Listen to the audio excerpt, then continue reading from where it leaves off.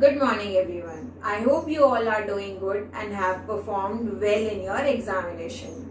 I have been told that Sir has completed till exercise 3.2 of chapter 3, which is understanding quadrilaterals. So now today we will move forward with exercise 3.3 of chapter number 3. Question number 1.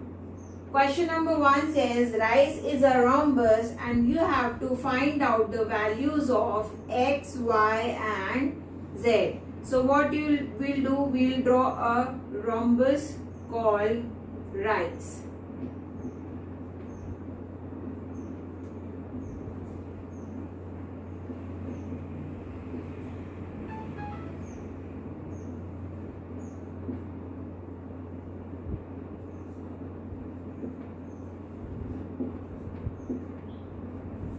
How will you find out the value of z since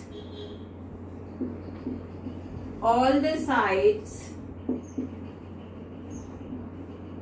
of the rhombus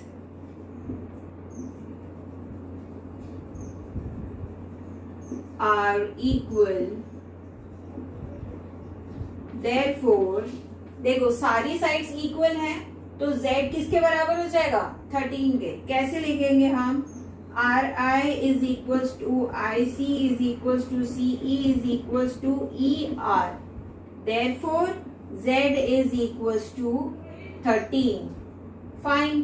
13 units, 13 centimeter जो भी है वो लिखेंगे आप. Now, we also know according to a property that diagonals of a rhombus bisect each other.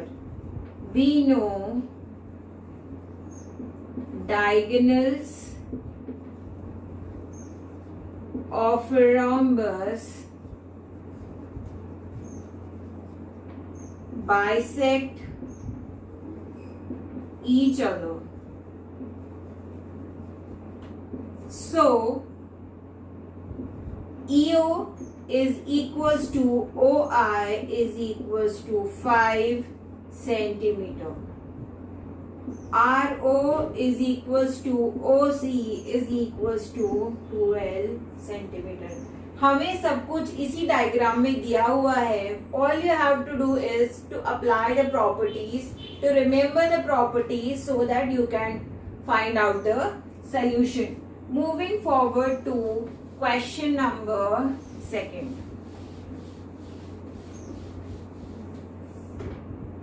Rent is a rectangle. There is a rectangle called rent.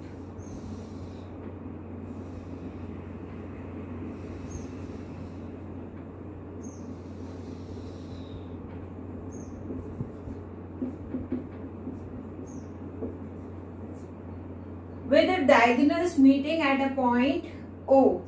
If OR is 2x plus 4, if OR is 2x plus 4 and OT is 3x plus 1, what you have to do, you have to find out the value of x. Now, तुम्हें पता है that the diagonals of a rectangle are equal and bisect each other. So, we know diagonals of a rectangle are equal and bisect each other.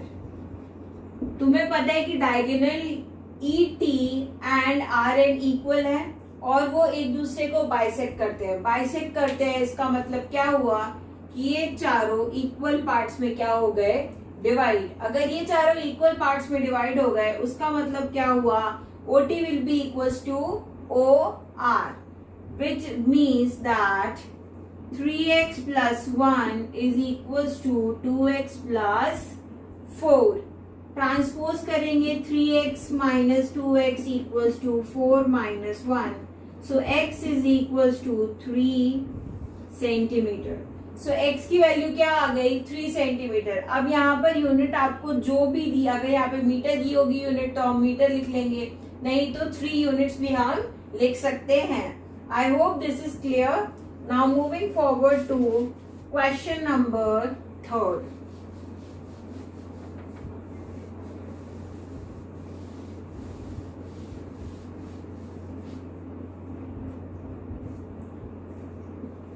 ABCD is a rhombus and its diagonals intersect at O.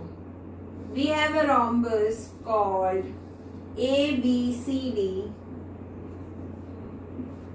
and its diagonals intersect at a point O.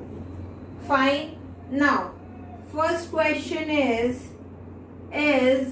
triangle BOC congruent to triangle DOC? And if yes, then you have to show how this is congruent. अब कौन सा triangle लेना है हमें? ये वाला triangle BOC और triangle DOC. देखो इन दोनों ट्राइंगल्स को, ये OC तो कॉमन आ रहा है, तो हम लिख सकते हैं in triangle BOC and triangle DOC, OC is equals to OC which is common. Fine. Then OB will be equals to OD. क्यों? Diagonals bisect each other. Therefore, OB is equals to OD. Diagonals bisect each other. And angle DOC will be equals to angle BOC because diagonals bisect each other at 90 degree. Angle BOC is equals to angle DOC is equals to 90 degree. Why? Diagonals bisect each other at 90 degree. Therefore, by अब इसमें दो properties लग सकती हैं, या तो side angle side लगेगी, side angle side से by SAS triangle BOC is congruent to triangle DOC. Side angle side से ट्राइंगल BOC और ट्राइंगल DOC क्या हो गए? कॉन्ग्रुएंट. कैसे? हमने देखो OC is equal to OC, OD is equal to OB, क्योंकि डायगोनल्स बाइसेक्ट करते हैं और डायगोनल्स बाइसेक्ट करते हैं 90 डिग्री पर. सेकेंड क्वेश्चन इज, इसका सेकेंड पार्ट क्या है? Is angle BCO equals to angle DCO. BCO DCO के इक्वल होगा या नहीं होगा? बिल्कुल होगा. Why? Yes, angle BCO is equals to angle DCO as triangle BOC is congruent to triangle DOC. ठीक है. I hope this is clear. Moving forward to question number 4.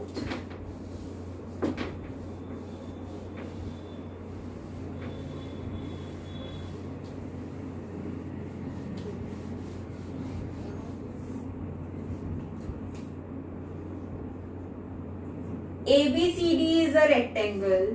You have a rectangle ABCD.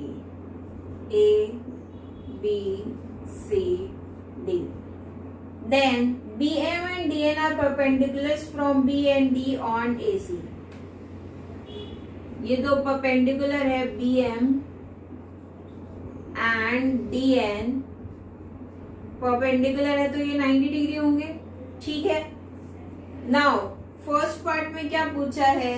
Is triangle BMC is congruent to triangle DNA. BMC ये वाला triangle is congruent to triangle DNA, ये आपको बताना है. तो सबसे पहले क्या दिखेगा? ये दोनों साइड्स इक्वल हैं, AD is equals to BC. Why? Opposite sides of rectangle are equal. Then you know angle AND is equals to angle BMC equals to 90 degree. ये तो हमें दिया हुआ ही है ना. And angle DAN is equals to angle BCM.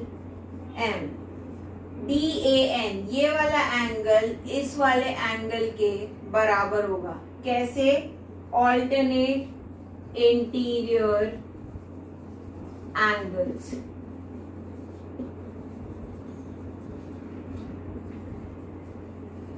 Alternate interior angles क्या होते हैं? ये दोनों लाइन पैरेलल्स है. अगर इसको एक्सटेंड करोगे तो ये दोनों लाइन पैरेलल है और ये ट्रांसवर्सल का काम कर रही है. तो ये दोनों कैसे हुए? Alternate interior angle. Alternate interior angle है तो इक्वल होंगे. देयरफॉर बाय, अब देखो ये कैसे angle side angle, bye angle side angle congruency criteria, triangle BMC is congruent to triangle DNA. ये वाला ट्राइंगल और ये वाला ट्राइंगल कॉन्ग्रुएंट हो गया. कैसे? ये दोनों साइड्स इक्वल हैं, ये दोनों एंगल्स हमें दिए हुए हैं और ये ऑल्टरनेट इंटीरियर एंगल्स. ठीक. सेकंड आपको पूछा है state 3 pairs of matching parts. 3 pairs of matching parts बताने हैं तो यही लिख दोगे. AD equals to BC, angle AND equals to angle BMC and angle DAN is equals to angle BCM. ठीक. और इसके रीजंस भी लिख दोगे. थर्ड पार्ट में पूछा है is BM equals to DN. BM DN के बराबर है या नहीं है. अगर ये दोनों ट्राइंगल्स कॉन्ग्रुएंट हो गए हैं तो yes BM is equals to DN because triangle BMC is congruent to triangle DNA. जब ये दोनों ट्राइंगल्स कॉन्ग्रुएंट हैं तो ये DN will be equals to BM. ये हमें पता है. ठीक है. Moving forward to question number 5.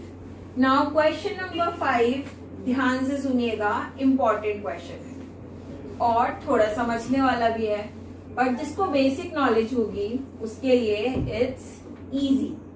ठीक है. Forward to question number 5. Question number 5 कहता है PQRS is a rhombus in which the altitude from S to side PQ bisects side PQ. Find the angles of the rhombus.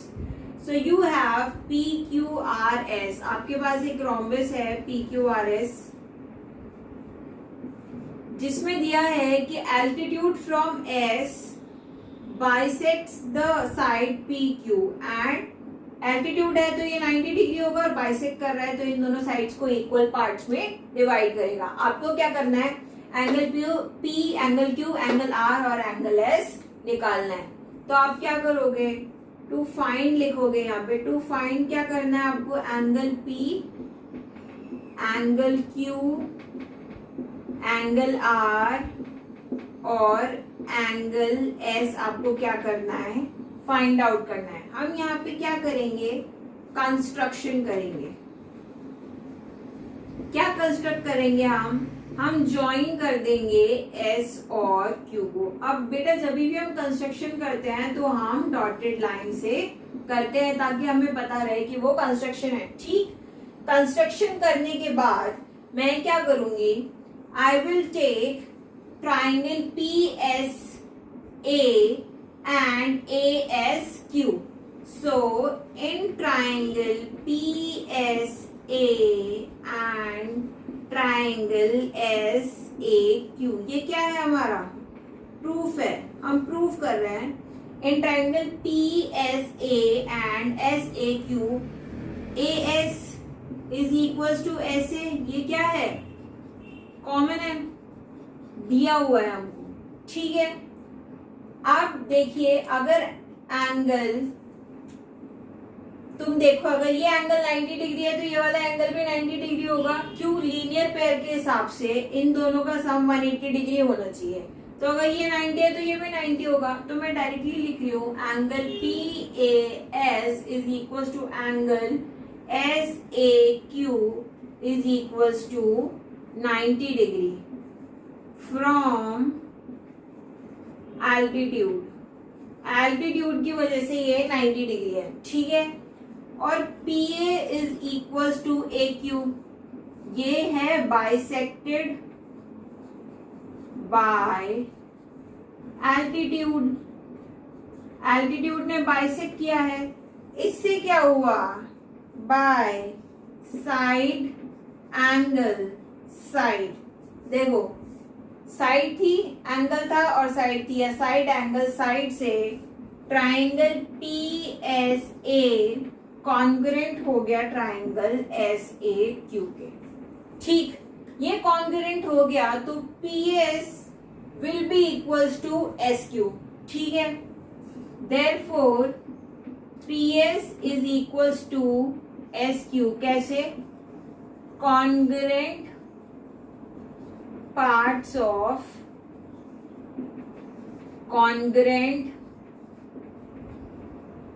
Triangle, congruent parts of congruent triangle के हिसाब से PS SQ के बराबर हो गया।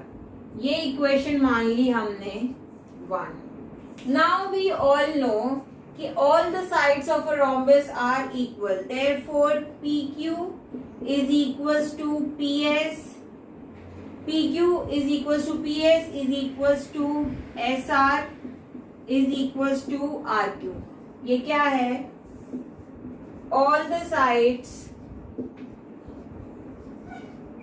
of a rhombus are equal। Rhombus की सारी sides equal होते हैं, ये इक्वेट, तो इसमें से मैं निकाल लेती हूँ, मेरे काम का क्या है, PS और PQ है, तो PQ is equal to PS, ये हो गई मेरी सेकेंड इक्वेशन, इसे मैंने बॉक्स में बंद कर दिया। इस अब sorry, this is your second equation. तो हम क्या करेंगे, यूज करेंगे फर्स्ट और सेकेंड इक्वेशन को, using equation first and second. अगर मैंने फर्स्ट और सेकेंड इक्वेशन को यूज किया, देखो तो PS दोनों में है, is equal to SQ is equal to PQ। अब देखो PS is equal to SQ equal to PQ, इससे क्या हो गया, ट्राइंगल PSQ क्या हो गया, इक्विलेटरल ट्राइंगल हो गया, ये आ गया। Therefore triangle PSQ is an equilateral triangle, ये इक्विलेटरल ट्राइंगल बन गया, ठीक है। पहले यहां तक समझो, फिर मुझे रब करना है बोर्ड। हमने क्या किया, कंस्ट्रक्शन किया, ट्राइंगल PSA और ये वाला ट्राइंगल लिया, इसमें ये साइड और PA is equal to AQ, AS side common है और ये 90 डिग्री से ये कॉन्ग्रुएंट हो गया, कॉन्ग्रुएंट हो गया तो PS इक्वल टू SQ आ गया, fine.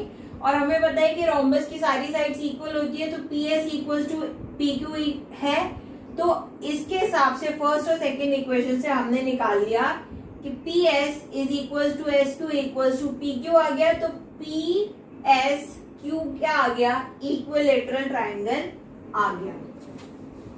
Now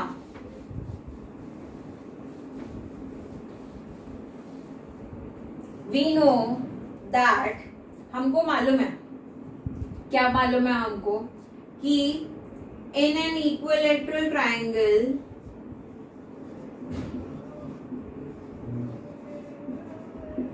all the angles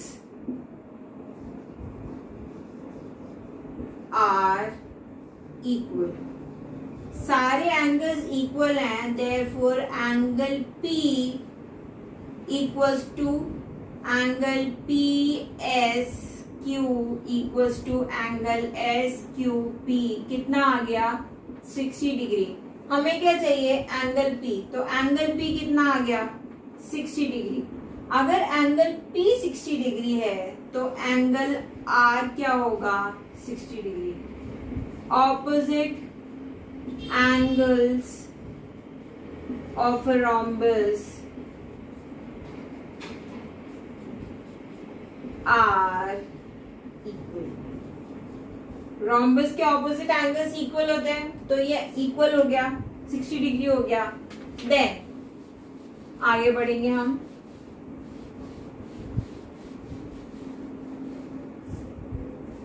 अब अगर ये 60 डिग्री है और ये 60 डिग्री है, अगर हम इसे एक्सटेंड करें, ठीक है, तो ये पैरेलल लाइंस है और ये क्या है ट्रांसवर्स है। तो angle R plus angle Q will be equals to 180 degree angles on the same side of transversal, ठीक है, which means that angle Q is equals to 180 minus angle R, which is 180 minus 60, which is 120 degree. और angle Q 120 degree है तो angle S भी कितना हो जाएगा 120 degree. तो आपके पास आ गया angle P 60 degree, Q 120, R 60 and S 120। Now what you have to do is you have to revise classwork.